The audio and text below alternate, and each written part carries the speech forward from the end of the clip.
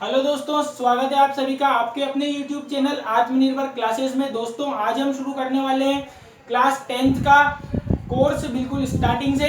और ये कोर्स आपको क्लास बाय क्लास पूरा कोर्स मिलेगा। साल के एंड तक में आपका जैसा स्कूल में कोर्स करवाते हैं उसी प्रकार से आपको यहाँ पे भी सारे सवाल A to Z सारे सवाल यहाँ पे मिलेंगे। तो देखते हैं हम प्रश्नावली 3.1 का पहला सवाल। प्रश्नावली 3 से हम शुरू कर रहे हैं। तो देखिए दोस्तों, प्रश्न 1 जो है वो आपके निम्न द्विघात बहुपदों के शून्य ज्ञात कीजिए, शून्यकों तथा गुणांकों के बीच संबंधों की सत्यता की जांच कीजिए। यानी कि हमें दो काम इसमें करने हैं। एक तो आपको शून्य ज्ञात करना है, ठीक है, और उसके बाद जो एक और काम है वो क्या है कि शून्यकों और गुणांकों के बीच संबंधों की सत्यता की क्या करनी है, जांच करनी है। तो सबसे पहले हम शून्य ज्ञात कर लेते हैं। शून्य ज्ञात करने का तरीका होता है दोस्तों कि जो सवाल में जो आपको बहुपद दिया गया है सबसे पहले आप उसकी क्या करोगे, गुणनखंड करोगे। और जैसे ही गुणनखंड करोगे तो उसको 0 के बराबर रख के आप शून्य ज्ञात कर सकते हो। तो आप इसमें देखोगे ये एक द्विघात बहुपद है, लेकिन द्विघात बहुपद हमारा ax² plus bx plus c के रूप का होता है। तब हम क्या करते हैं, इसको बीच वाले को तोड़ के और हम गुणनखंड कर लेते हैं। कब, जब इसमें 3 पद होंगे, जैसा कि आपको ये यहाँ पे दिख रहा है। इसको हम बीच वाले को तोड़ के गुणनखंड करेंगे। दूसरा सवाल है, लेकिन अब चूंकि पहला सवाल जो है उसमें देखो आपको x² वाला पद दिख रहा है, उसके बाद देखो आप ये x वाला पद आपको दिख रहा है, लेकिन ये जो अचर पद वाला जो टर्म है वो आपको पहले सवाल में नहीं दिख रही है। तो दोस्तों अब हम क्या करेंगे कि इन दोनों में से देखेंगे कि कौन सा इन दोनों में से ही देखेंगे दोनों पदों में क्या चीज कॉमन आ रही है, उसको हम कॉमन ले लेंगे। तो आप देखो 4x² प्लस 8x, बताइए दोनों में क्या कॉमन है। तो आप कहेंगे कि सर 4 इसमें भी दिख रहा है, तो 4 एकम 4, 4 का भाग इसमें भी जा सकता है और 8 में भी 4 का भाग जा सकता है। तो कॉमन क्या लेंगे, एक तो 4 कॉमन ले लेंगे। फिर आप देखिए यहाँ पे x² है, यानी कि x की घात 2 है और यहाँ पे x की घात 1 है। तो x की घात 1 यहाँ पे भी उपस्थित है और यहाँ पे भी उपस्थित है, तो x की घात 1 को भी हम कॉमन ले सकते हैं। जिसको कॉमन लेते हैं उसका डिवाइड होता है। तो देखिए दोस्तों, जब आप 4 का डिवाइड करोगे तो 4 से 4 कट जाएगा, x² की 1 घात कट जाएगी और बचेगा x।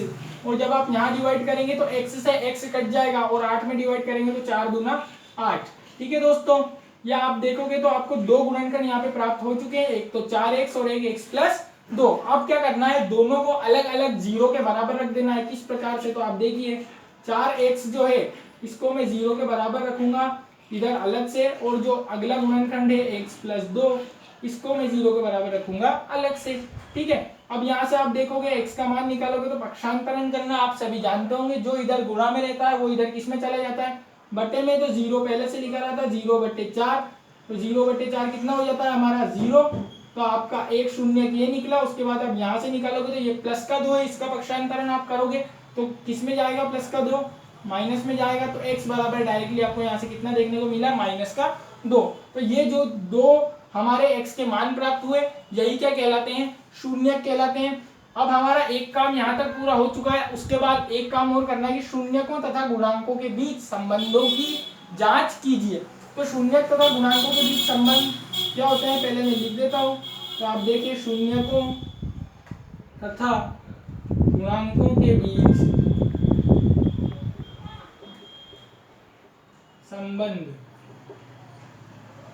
जो कि आप सभी को मालूम होगा, जब हम दो शून्यक मानते हैं तो शून्यक अल्फा प्लस बीटा, अल्फा और बीटा मानते हैं, तो पहला जो संबंध होता है हमारा वो होता है शून्यकों का योग बराबर -b/a। हमारे गुणांक क्या होते हैं, 3। देखिए यहाँ पे मैं आपके सामने लिख देता हूँ। चूंकि यहाँ पे बहुपद जो है आपको सारे बहुपद द्विघाती देखने को मिलेंगे, यानी कि इन बहुपदों की घात क्या होगी, 2 होगी। बहुपदों की घात क्या होती है, किसी भी बहुपद में जो चर होता है उसकी अधिकतम घात बहुपद की घात कहलाती है। तो आप देखो यहाँ पे चर की अधिकतम घात कितनी है, 2 है, और इसमें भी कितनी है, 2 है। और जितनी बहुपद की घात होती है उतने ही शून्यक होते हैं। तो हमेशा किसी भी द्विघात बहुपद के 2 शून्यक निकलते हैं तो अल्फा और बीटा हम उनको एक नॉर्मल सूत्र में लिखने के लिए मानते हैं। और गुणांक आप यहाँ पे देखोगे ये जनरल इसका रूप है द्विघात बहुपद का, x² plus bx plus c। तो जो हमारे गुणांक होते हैं वो क्या क्या होते हैं, वो होते हैं x² का गुणांक क्या होगा, a होगा, x का क्या होगा, b होगा, और अचर पद क्या होगा, c होगा। ठीक है दोस्तों, तो यहाँ पे से -b/a ये आपका पहला संबंध है। अब इसमें आपको मान रखना है तो ये जो x बराबर 0 होगा इसको हम अल्फा मानेंगे और -2 को क्या मानेंगे, बीटा मानेंगे। ठीक है, इसको क्या मानना है, अल्फा, और इसको क्या मानना है, बीटा। दो शून्यक है। ठीक है, अब इसमें आप रख के देख लेंगे मान। तो एक बार हम इधर मैं ये मिटाता हूँ, आपको इस साइड में मैं बताता हूँ। ये देखिए आप, अल्फा प्लस बीटा बराबर -b बटे, अल्फा का मान कितना है, 0 है, तो यहाँ पे 0 मान रखेंगे। ठीक है, फिर प्लस, तो प्लस, बीटा का मान कितना है, -2 है, तो यहाँ पे क्या कितना मान रख देंगे, -2। फिर बराबर लग रहा है तो बराबर, फिर ये माइनस लग रहा है तो माइनस, और b, अब हमें मान किसका रखना है, b का मान रखना है। तो b क्या होता है दोस्तों, एक्स स्क्वायर का गुणांक होता है। तो आप देखोगे एक्स स्क्वायर का गुणांक यहाँ पे कितना है, सॉरी b किसका गुणांक होता है, x का गुणांक होता है। तो ये तो a है हमारा, और ये क्या है, b है, तो b का मान कितना है, 8 है। तो यहाँ से हम रखेंगे 8, और बटे में a रखना है। a किसका गुणांक होता है, a होता है एक्स स्क्वायर का गुणांक, जो कि कितना देखने को मिल रहा है आपको, 4 देखने को मिल रहा है। तो यहाँ पे हम कितना रखेंगे, 4। आप देखोगे कि यहाँ पे आपको -2 मिला, 0 में -2 जोड़ोगे तो यहाँ से आप इसको काटोगे 2 बार, तो इधर से भी क्या मिला, -2 मिला। यानी कि LHS बराबर RHS। ठीक है, एक संबंध हमने प्रूफ किया। उसके बाद जो है दूसरा संबंध होता है आपका, वो क्या होता है, शून्यकों का गुणन। तो शून्य क्या है, अल्फा और बीटा, इनका गुणन, ये बराबर होता है c बटे a के। c क्या होता है दोस्तों, अचर पद। जो अचर पद होता है किसी द्विघात बहुपद में, वो c होता है। a आप जानते हैं किसका गुणांक होता है, एक्स स्क्वायर का। तो आप देखिए अल्फा का मान हम फिर से कितना रखने वाले हैं यहाँ पे, 0, इंटू बीटा का मान कितना रखेंगे हम, -2। ठीक है, और बराबर में c। तो c का मान कितना है, क्या बताइए, इसमें अचर पद वाला पद है क्या। तो आप देखोगे कि एक्स स्क्वायर वाला तो है, एक्स वाला तो है, लेकिन अचर पद वाला नहीं है। तो c का मान हमको कितना लेना है, 0 लेना है, और बटे a का मान कितना लेना है, a का मान कितना है, 4 है। तो 0 बटे 4। अब आप देखोगे 0 में किसी का भी आप गुणा करते हो तो 0 ही आता है, और 0 में किसी का भाग देते हो तो 0 ही आता है। यानी कि यहाँ से भी आपने देखा LHS बराबर RHS, यानी कि दोनों बराबर है। दोनों संबंधों में LHS बराबर RHS क्या हो चुका है, प्रूफ हो चुका है। इसका मतलब क्या होता है, इसका मतलब हम अब यहाँ पे लिखेंगे कि संबंध सत्य सत्यापित है। ठीक है दोस्तों, और ये आपका पूरा सवाल कंप्लीट यहाँ पे होता है। ओके,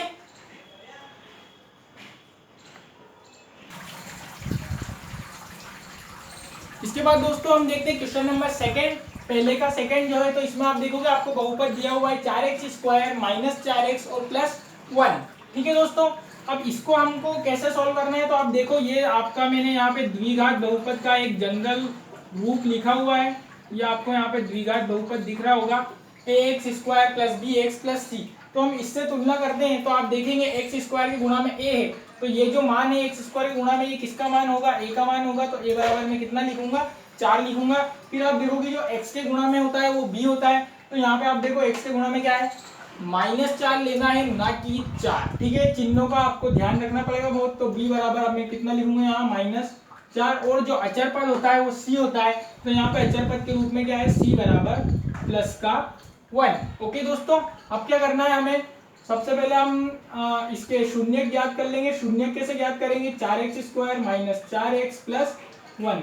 आपको इस बीच वाले को इस तरीके से तोड़ना है कि आपको जोड़ने घटाने पे तो 4 मिले, लेकिन उनके गुणा करने पे आपको इन दोनों का गुणा मिले।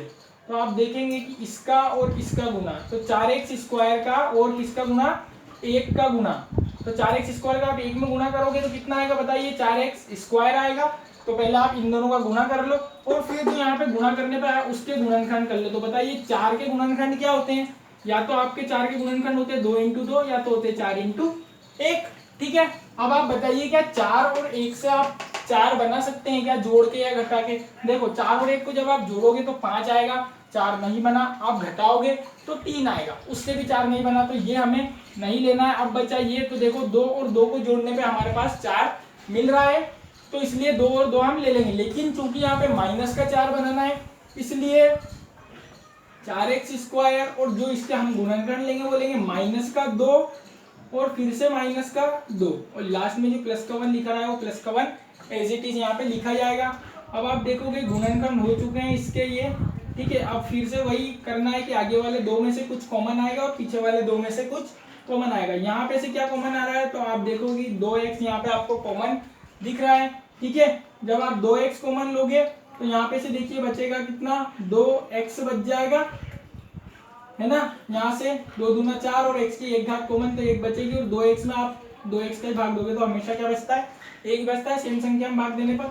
अब इधर से वापस से हमें 2x - 1 बनाना है, तो क्या कॉमन लेंगे, माइनस कॉमन लेंगे, माइनस का 1 कॉमन ले लेंगे, क्योंकि सेम टू सेम संख्या है लेकिन चिन्ह बदलने होते हैं, तब क्या करते हैं -1 कॉमन ले लेते हैं। तो यहाँ पे आप देखोगे माइनस माइनस प्लस का 2x हो जाएगा और माइनस प्लस माइनस का 1 हो जाएगा।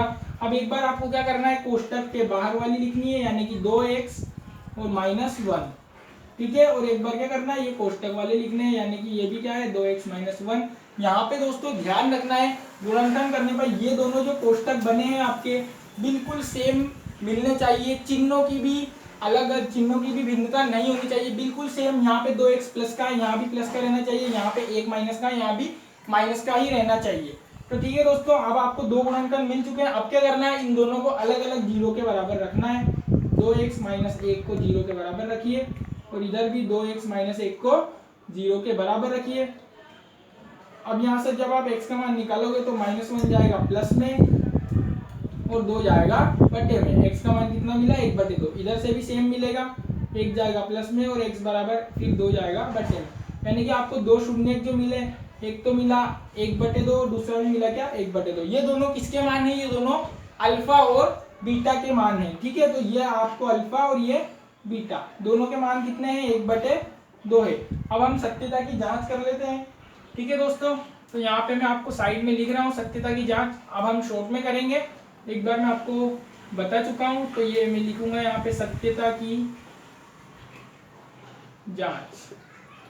सत्यता की जांच कैसे करेंगे, देखिए पहला संबंध हमारा होता है अल्फा प्लस बीटा बराबर -b/a।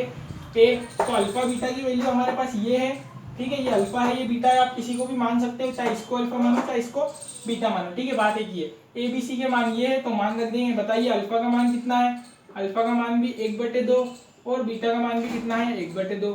यहाँ पे माइनस बी का मान कितना है बताओ, बी का मान ये रहा, कितना है -4 है, और बटे ए का मान कितना है बताओ, +4 है, ये +4। अब आप देखो ये 1/2 यानी क्या होता है, आधा, और ये भी 1/2 यानी कि आधा। अब आधा और आधा जुड़ेगा तो कितना हो जाएगा, आधा और आधा कितना हो जाता है, 1 हो जाता है। यानी कि इधर हमको LHS में 1 मिला और RHS में आप देखो माइनस माइनस ये प्लस हो जाएगा, और 4/4 से भी क्या मिलेगा, 1 ही आपको प्राप्त होगा।